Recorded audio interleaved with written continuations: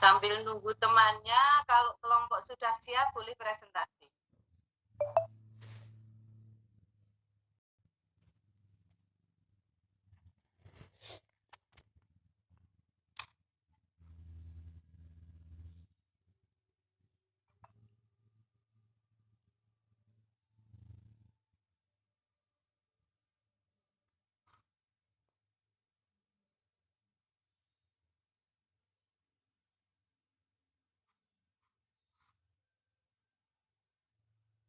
Kelompok sudah siap presentasinya. PPT-nya sudah kan?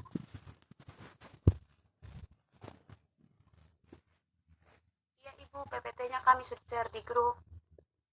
Iya, ayo sekarang presentasi kelompoknya. Kelompok sudah ada.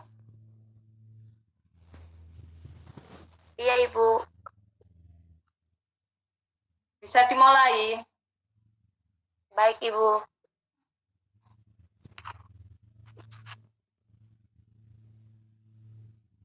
Baik, selamat pagi Ibu dan teman-teman. Terima kasih untuk waktu dan kesempatannya yang diberikan kepada kami kelompok 6. Untuk mempersingkat waktu, kami akan mempresentasikan. Untuk itu saya persilakan teman saya atas nama Desna Nur Istiqomah untuk materi pertama. Untuk Desna dipersilakan.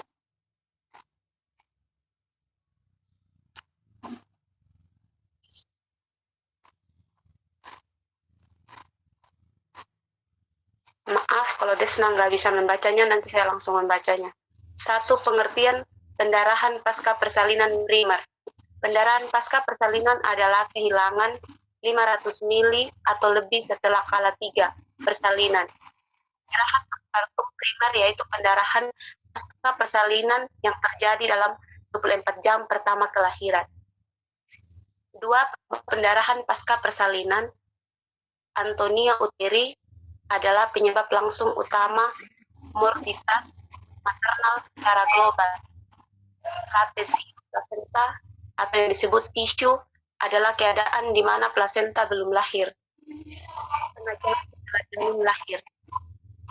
Berikut robekan jalan lahir atau trauma, sekitar 20% kasus hemorage postpartum yang disebabkan oleh trauma jalan lahir, yaitu ruptur uterus, inverse uterus, dan perlukaan jalan lahir. Gangguan pembukaan darah, trombin, afibrinogen atau dapat terjadi setelah abruption atau solusio plasenta, resensio uteri, janin mati yang lama di dalam rahim. Untuk pemateri kedua dipersilakan oleh Elalin, Petronelalin.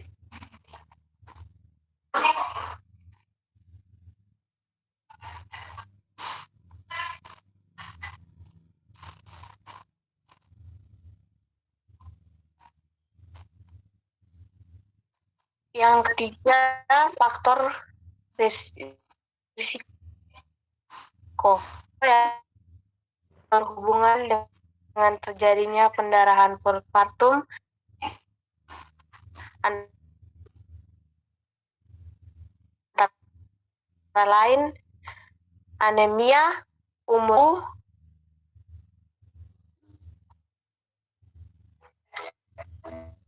paritas ibu, jarak kelahiran, partus lama, pekerjaan, pendidikan, dan peregangan uterus berlebih.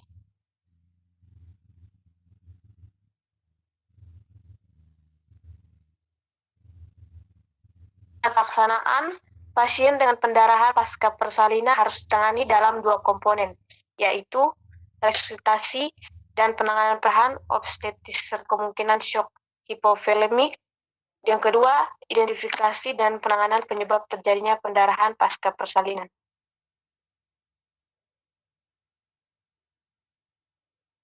Keempat, dilanjutkan sama Desna Nur Istiqomah. 4. Penata laksanaan. Pasien dengan pendarahan pasca persalinan harus ditangani dalam 2 komponen, yaitu 1. Resusitasi dan penanganan pendarahan obstetri serta kemungkinan shock hipovolemik. 2. Identifikasi dan penanganan penyebab terjadinya pendarahan pasca persalinan. Tata laksana khusus. 1. Atonia uteri tone. Lakukan pemijatan uterus. Pastikan plasenta lahir lengkap. Berikan 20-40 unit oksitosis dalam 1000 ml larutan NaCl 0,9% atau ringen laktat dengan kecepatan 60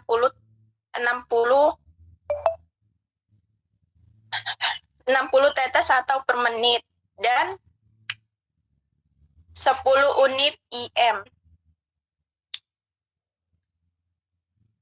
Bila tidak tersedia oksitosin atau bila pendarahan tidak berhenti, berikan ergometri 0,2 mg IM atau F. Dapat diikuti pemberian 0, mg IM setelah 15 menit, pemberian 0,2 setiap 4 jam bila diperlukan. Selanjutnya, pemateri ke-5, Angelina Putri Dondo.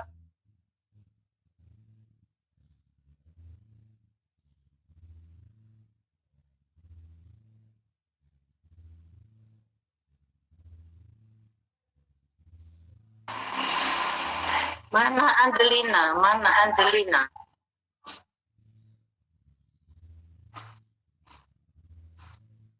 Ya, Ibu. Ayo.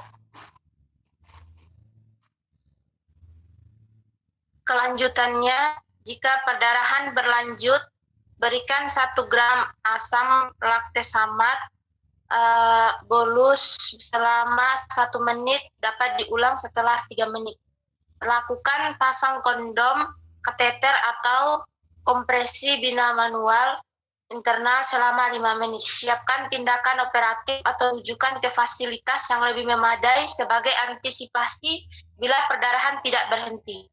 Di rumah sakit rujukan, lakukan tindakan operatif bila kontraksi uterus tidak membaik, dimulai dari yang konservatif.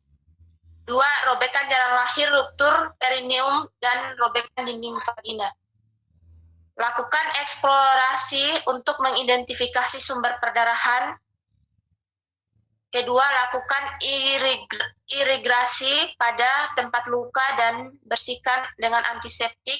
Yang ketiga, hentikan sumber perdarahan dengan klem, kemudian ikat dengan benang yang dapat diserap. Yang keempat, lakukan penjahitan. 3. Robekan serviks. Paling sering terjadi pada bagian lateral, bawah kiri dan kanan dari porsio. Jepitkan klem ovum pada lokasi perdarahan. Yang terakhir, jahitan dilakukan secara kontinu, dimulai dari ujung atas robekan, kemudian diarahkan ke luar sehingga semua robekan dapat dijahit. Sekian Ibu, terima kasih. Baik, sekian dari kami kelompok 6. Jika ada teman-teman yang ingin bertanya, kami mempersilakan.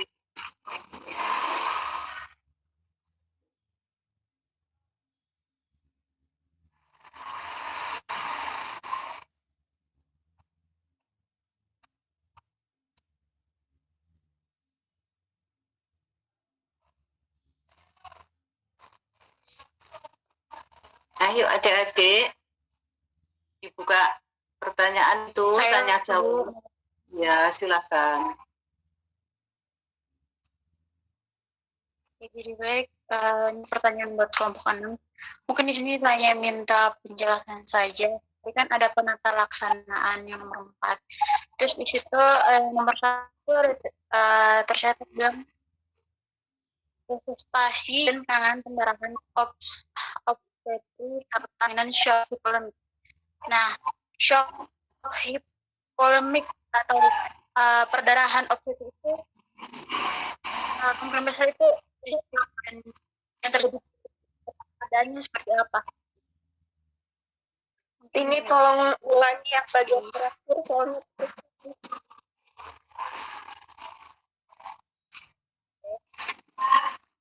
Yang penata laksanaan itu nomor 1 itu kan ada. Aduh. Yang bagian 4 itu yang penata laksanaan. Nah, yang nomor 1 itu ada tulis bahwa registrasi penerapan obstetri serta kemungkinan shock hipolemik. Nah, pertanyaan saya di sini, pendarahan obstetri serta kemungkinan shock hipolemik. Nah, keadaan ibu itu pada saat mengalami hal seperti itu seperti apa?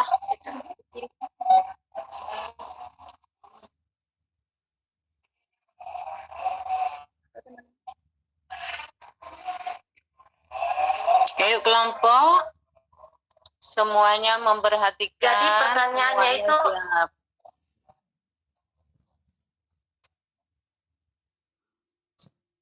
mohon maaf Ibu. Angelina? Saya mau bertanya ke Hantina dan Kakak. Jadi inti pertanyaannya itu bagaimana respon ibu atau keadaan ibu mengalami shock hipolemik gitu kah?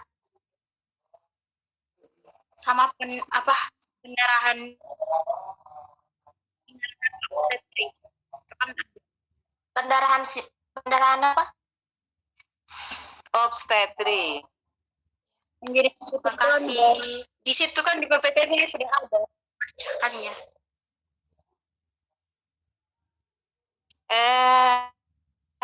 Kelompok nggak boleh loh menjawab seperti itu, walaupun itu ada, mungkin yang tanya kurang begitu jelas. Nah, ini tugasnya kelompok untuk menjelaskan sampai temannya betul-betul memahami. Nah, kita itu saling mengisi, maksudnya begitu, nggak boleh emosi ya, sabar. Ayo kelompok, kalau di situ sudah ada, memang semuanya sudah ada di situ, tapi kadang-kadang pemahaman seseorang itu nggak sama, termasuk ibu. Ibu mungkin bisa juga dari PPT-mu, ibu nggak begitu jelas, mungkin ibu juga akan minta penjelasan, boleh, nggak apa-apa. Adu argumentasi yang sehat. Aku nggak mau kalau nggak sehat. Kita sama-sama belajar.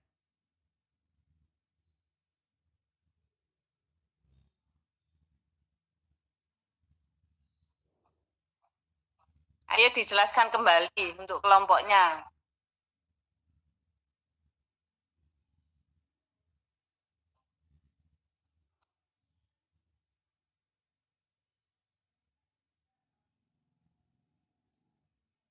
Kelompoknya kan berlima atau berenam toh.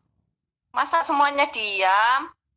Ayo kita belajar bersama, belajar yang sehat, kita saling mengisi, bukan dikte. Ya mungkin yang bertanya memang betul-betul tidak tahu, mungkin bisa membaca tapi pemahamannya yang kurang jelas. Tolong dijelaskan kembali.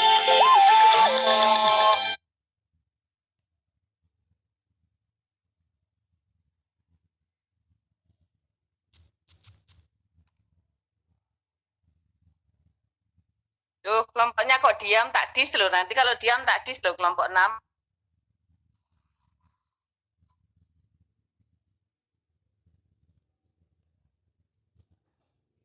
Baik Ibu, saya akan menjawab pertanyaan dari Nona Tini.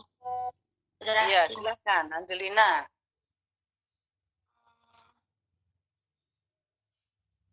Jadi shock hipokalemik kondisi yang dialami oleh ibu, keadaan shock hipokalemik itu kan merupakan kondisi yang berbahaya karena dapat terjadi secara tiba-tiba ketika tubuh kehilangan banyak darah atau cairan, dan gangguan ini dapat menurunkan volume darah seorang ibu, yaitu jumlah darah yang beredar di tubuh. Maka dari itu ada gangguan ini disebut juga dengan gangguan guncangan volume darah.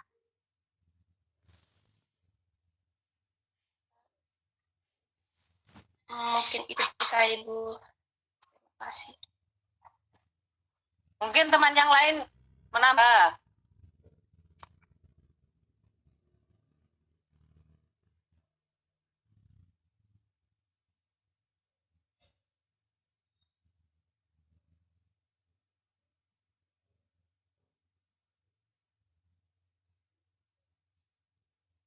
Kelompok kemarin saya beri waktu juga untuk sore harinya juga nggak ada pertanyaan. Berarti itu hanya menggugurkan kewajiban. Bu Yuda menilai begitu loh untuk kelas ini. Yang penting sudah selesai kewajibannya.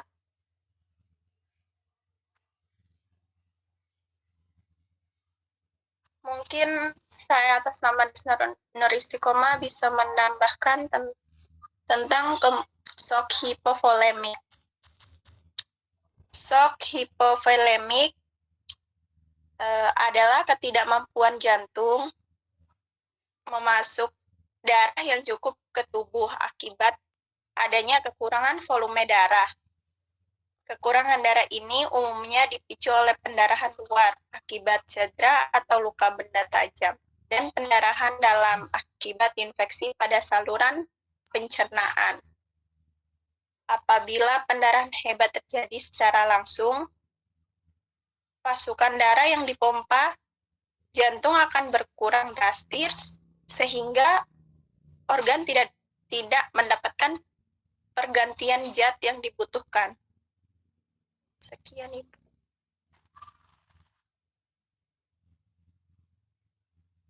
Itu untuk Mbak Hartini. Sudah bisa dipahami?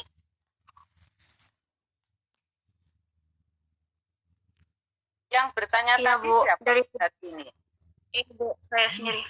Ibu, tadi yang Angelina Putri Dondo sama Desna Nur Utama jelaskan itu rata-rata semuanya kan dari shock hipovolemik. Sedangkan pertanyaan saya tadi kan ada pendarahan obstetrik juga Ibu di situ mencatat. Makanya saya tanya antara dua, maksudnya pendarahan obstetrik serta shock hipovolemik antara dua itu saya minta penjelasannya Ibu. Sedangkan teman saya barusan menjelaskan tentang hipovolemik semua Ibu. Sedangkan pendarahan obstetriknya Ya, terima kasih. Tapi temanmu sudah berusaha untuk menjelaskan ya. Terima kasih untuk teman-teman. Yang dimaksud perdarahan obstetrik adalah perdarahan yang disebabkan oleh kasus obstetrik. Maksudnya begitu.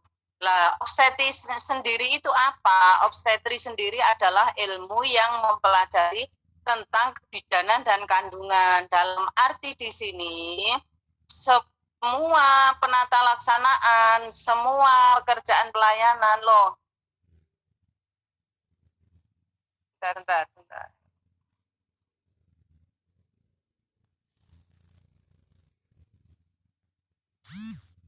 Semua pekerjaan pelayanan kesehatan tentang persalinan itu bisa disebut dengan obstetri. Persalinan dan kandungan itu pelayanan obstetri, sehingga kalau ada kasus perdarahan yang disebabkan oleh pelayanan kebidanan, misalnya saat kita menolong persalinan terjadi perdarahan disebabkan oleh apa? Oleh ruptur uteri. Nah, misalnya oleh apa? Oleh ruptur serviks.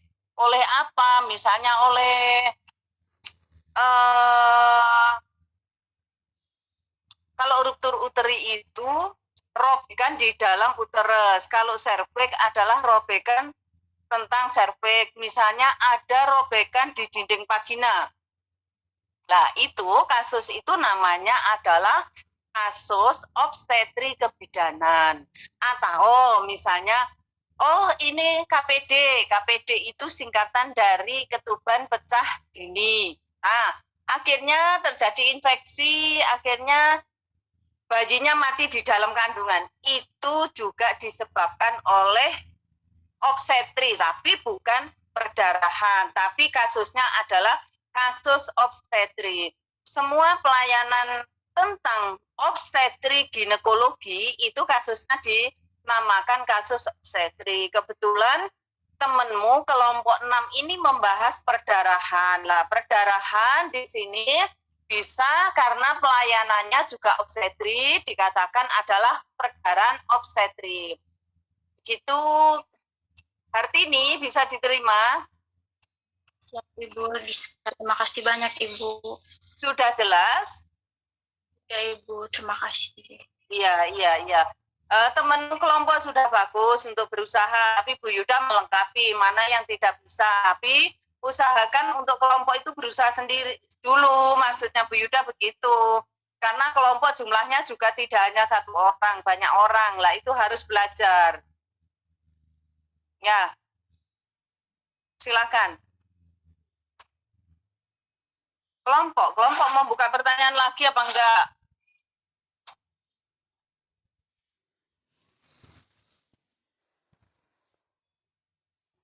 Masih Bu, terima kasih. Iya, silakan. Baik, terima kasih. Jika ada teman-teman yang masih ingin bertanya, kami mempersilahkan.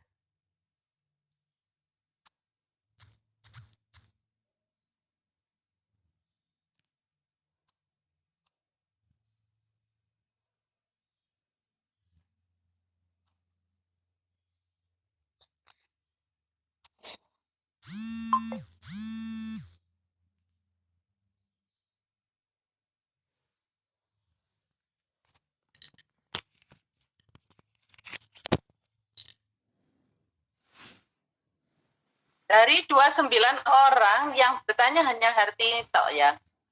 Lainnya enggak bertanya, berarti semuanya udah jelas. Saya Bu atas nama Katrina mau bertanya. Saya atas nama Tiagi ingin bertanya. Oh gitu loh, masa harus Bu Yuda dulu yang ngomong. Ayo, siapa dulu? Jadi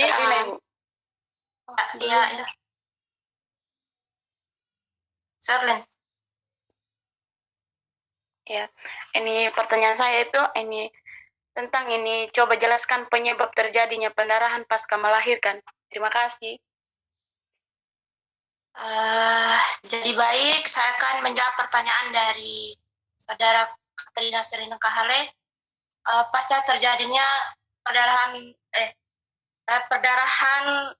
penyebab terjadinya perdarahan pasca bersalin itu yaitu postpartum, umumnya dikarenakan terbukanya pembuluh darah pada rahim, di mana plasenta melekat di dinding rahim ketika hamil.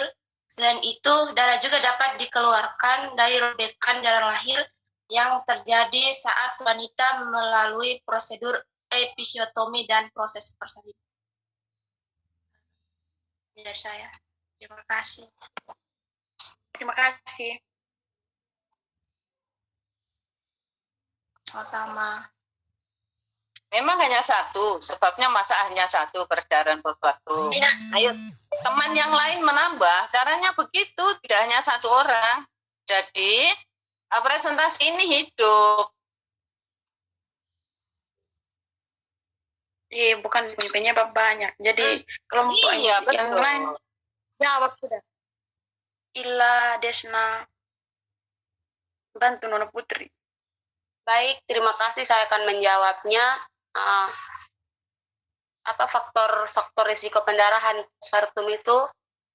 Ada persalinan lama, bayi dalam janin lebih dari satu, episiotomi atau tindakan membuka jalan lahir dengan memberikan potongan di sekitar jalan lahir, bayi besar lebih dari 400 gram, riwayat pendarahan sebelumnya, anemia saat hamil, usia kehamilan terlalu tua lebih dari 38 tahun. Penyebabnya itu pendarahan postpartum itu secara umum ada 4, yaitu tonus atau kekuatan otot, keadaan ketika uterus tidak dapat berkontraksi atau disebut atonia uteri. Penyebab darah yang keluar dari uterus dapat berhenti secara alamiah. Kedua, trauma atau cedera. Adanya robekan jalan lahir karena bayi terlalu besar atau karena penggunaan pacu persalinan yang tidak sesuai atau dapat menyebabkan kontraksi terlalu kuat yang dapat menyebabkan robekan jalan lahir.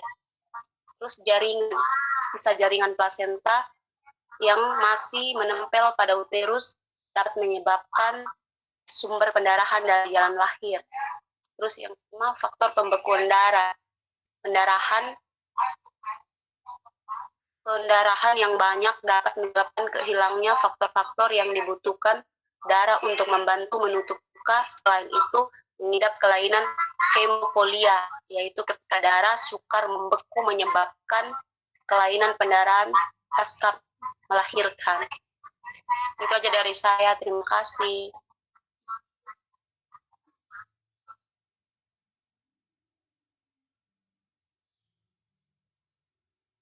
Terima kasih lah. Ya, sama-sama.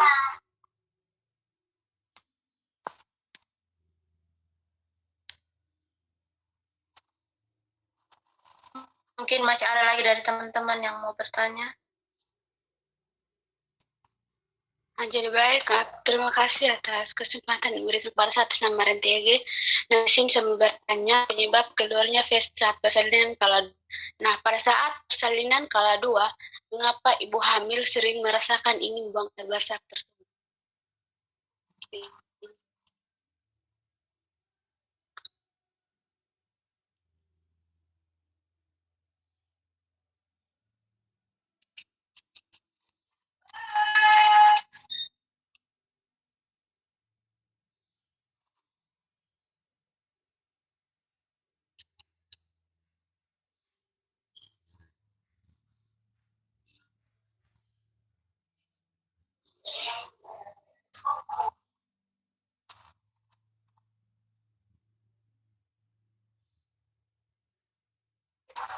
Bisa saya membantu menjawab dari kelompok 6 untuk pemberian TEG untuk pertanyaannya?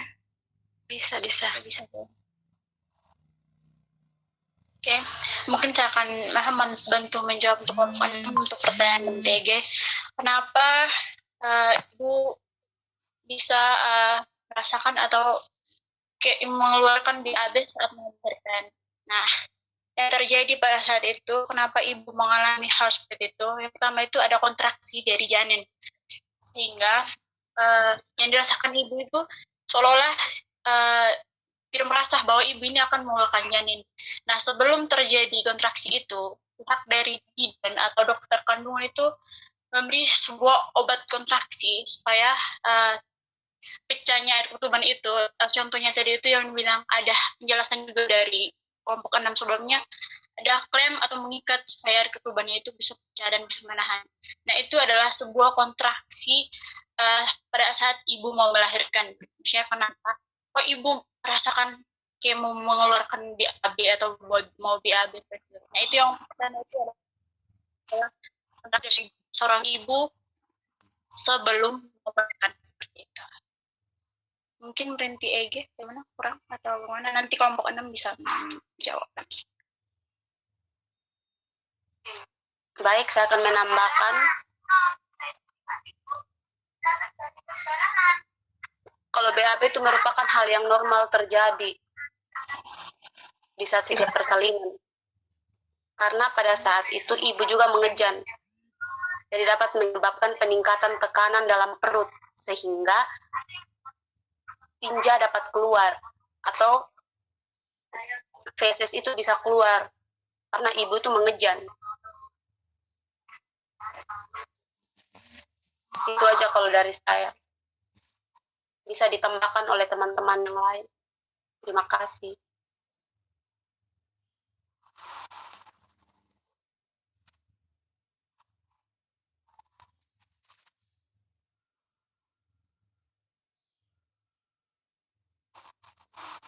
Ada yang menambahkan di luar kelompok boleh kok, seperti Hartini tadi boleh. Dari saya atas nama Nina Putri Onda, Bu, mau menjawab dari menambah sedikit pengaruh kenapa pada saat kala 2 ibu mengalami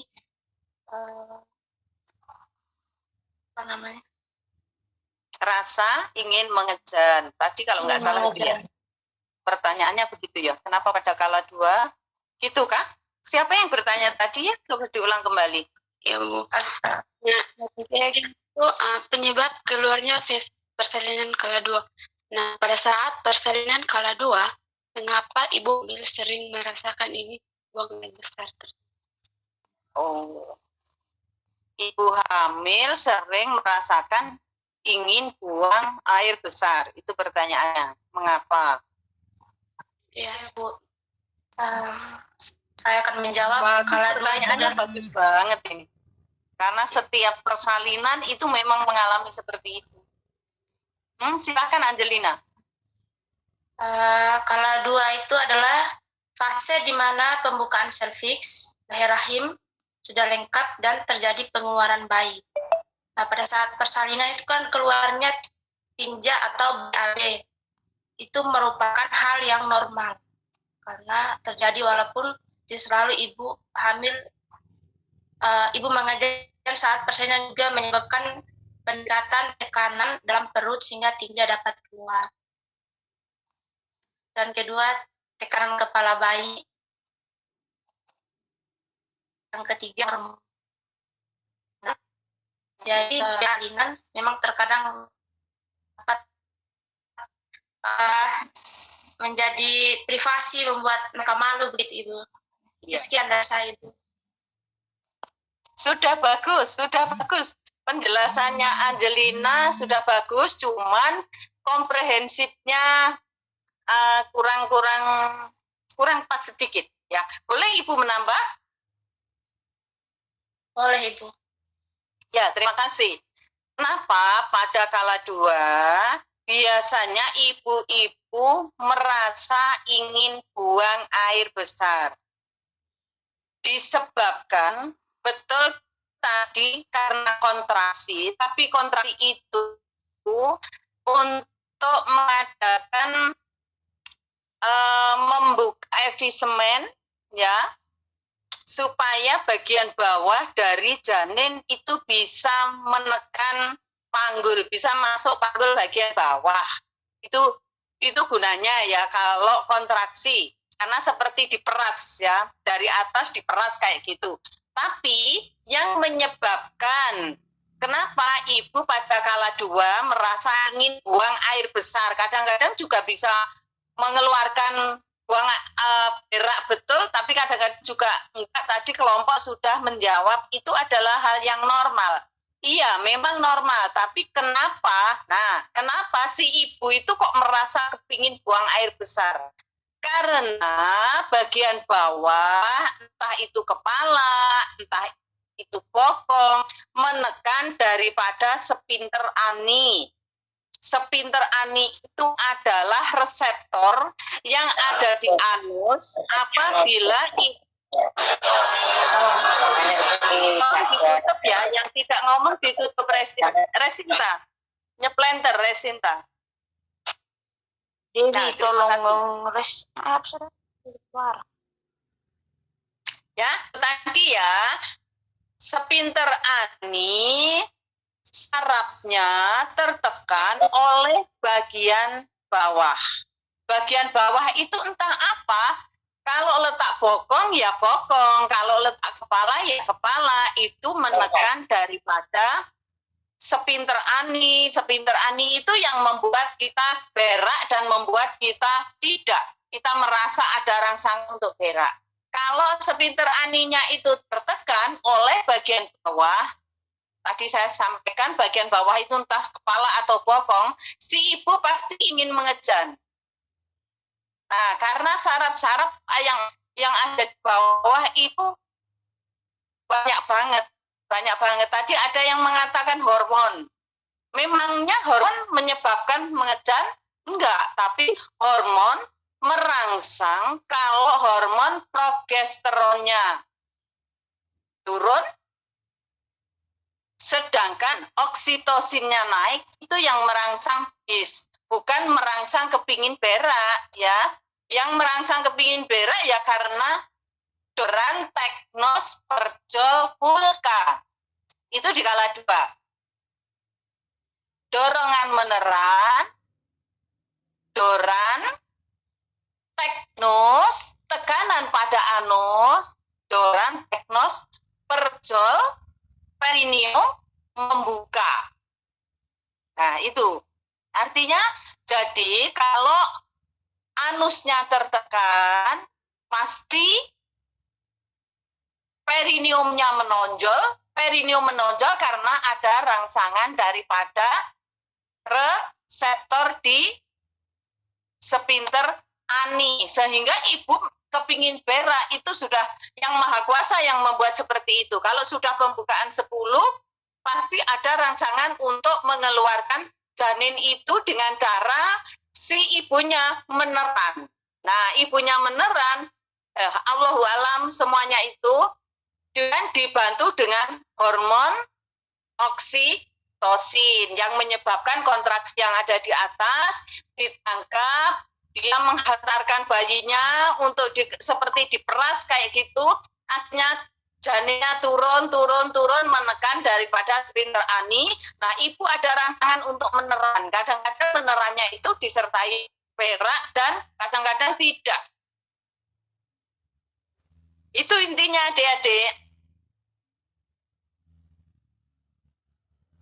Ada yang kurang jelas? Sudah, makasih Bu, teman-teman. Enggak apa-apa, makanya kalau ini kurang jelas kita bahas bersama, enggak masalah. Aku tambah senang, makin banyak pertanyaan, adik-adik makin jelas, karena ini kuliahnya kan kuliah online, beda dengan kuliah di kelas. Kuliah di kelas, Bu Yuda bisa gambar di papan, Bu Yuda bisa menjelaskan, tapi kalau di sini Bu Yuda hanya ngomong doang. Lah ngomong doang, adik harus betul-betul memahami. Itu. Mungkin masih ada pertanyaan lagi, enggak apa-apa. Enggak usah takut.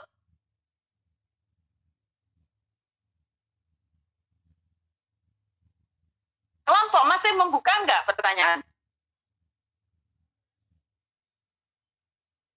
Angelina yang punya kelompok. Ya, mari. Silakan. Yang mau bertanya, kami persilakan.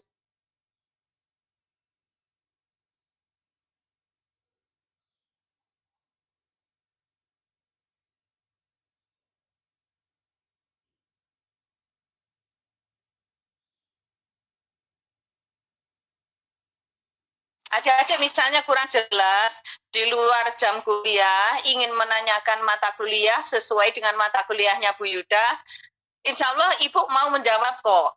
Lewat WA, boleh. Tapi kalau telepon jangan, kadang-kadang di tengah telepon kita masing-masing punya kesibukan ya, jadi WA aja boleh. Secara pribadi boleh, saya membuka diri. Daripada nanti jadi tidak ngerti waktunya melahirkan bayi, kayak apa, bayinya mau dikemanakan, kayak gitu. Ini kompetensi kita.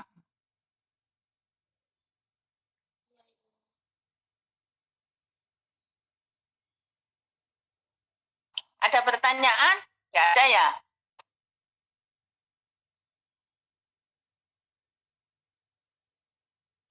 Kalau nggak ada, aku tanya pada kelompok ya. Boleh nggak aku tanya sama kelompok? Boleh Ibu. Boleh, terima kasih.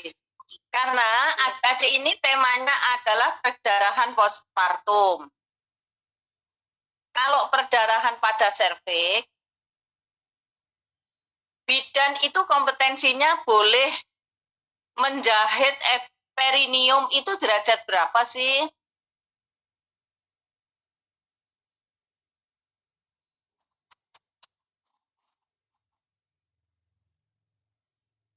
Ayo, kelompok.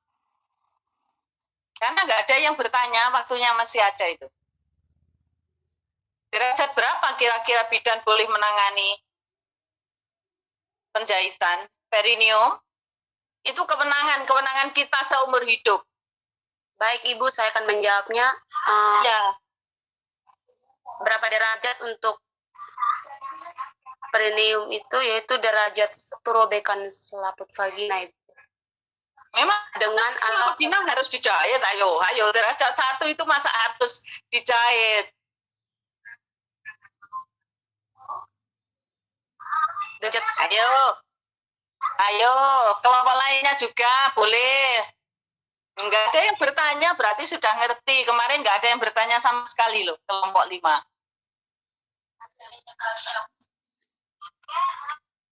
Ayo Mercy, boleh. Selain Mas, tadi anggotanya banyak kok. Iya. Bisa ditambahkan dulu. Kalau derajat 1 ada yang ingat loh, itu hanya luka gitu, nggak sampai robek perdarahan hebat, enggak. Hanya mukosanya aja. Mukosa itu lapisan paling luar. Jadi kalau mukosa ibunya dibiarkan ya enggak terjadi perdarahan hebat lah. Ini yang kasusmu kan kasus perdarahan postpartum.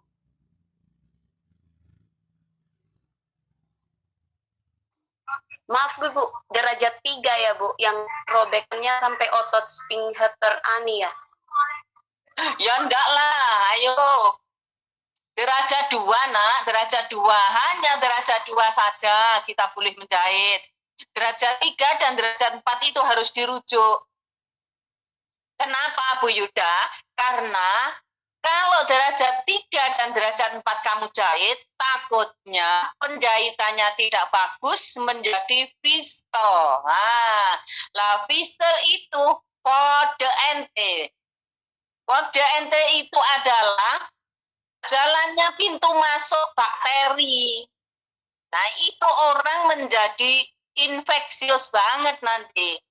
Nah, makanya kenapa ini tak tanyakan, tapi nggak ada yang bertanya. Itu ya alasannya ya. Waktunya habis ini. Untuk Bu Yuda jamku sudah jam 8.41. Terima kasih untuk kelompok 6. Semangat ya, semangat. Semuanya bagus kok. Tapi kelompok 5 kemarin nggak ada yang bertanya. Aku penasaran banget. Kenapa di kelompok 5 nggak ada yang bertanya. Sekarang kelompok 6 ini aktif. Tapi aktifnya dirangsang sama Bu Yuda. Bagus semuanya saling menjawab tadi. Terima kasih. Aku mohon maaf. Mbak Resinta, saya juga terima kasih. Selalu difasilitasi oleh PJMK-nya Mbak Resinta ya, dan teman-teman lainnya. Aktif semuanya. Saya mohon izin untuk undur diri ya. Salam sehat. Halo. Assalamualaikum warahmatullahi wabarakatuh. Jangan lupa ya Bu.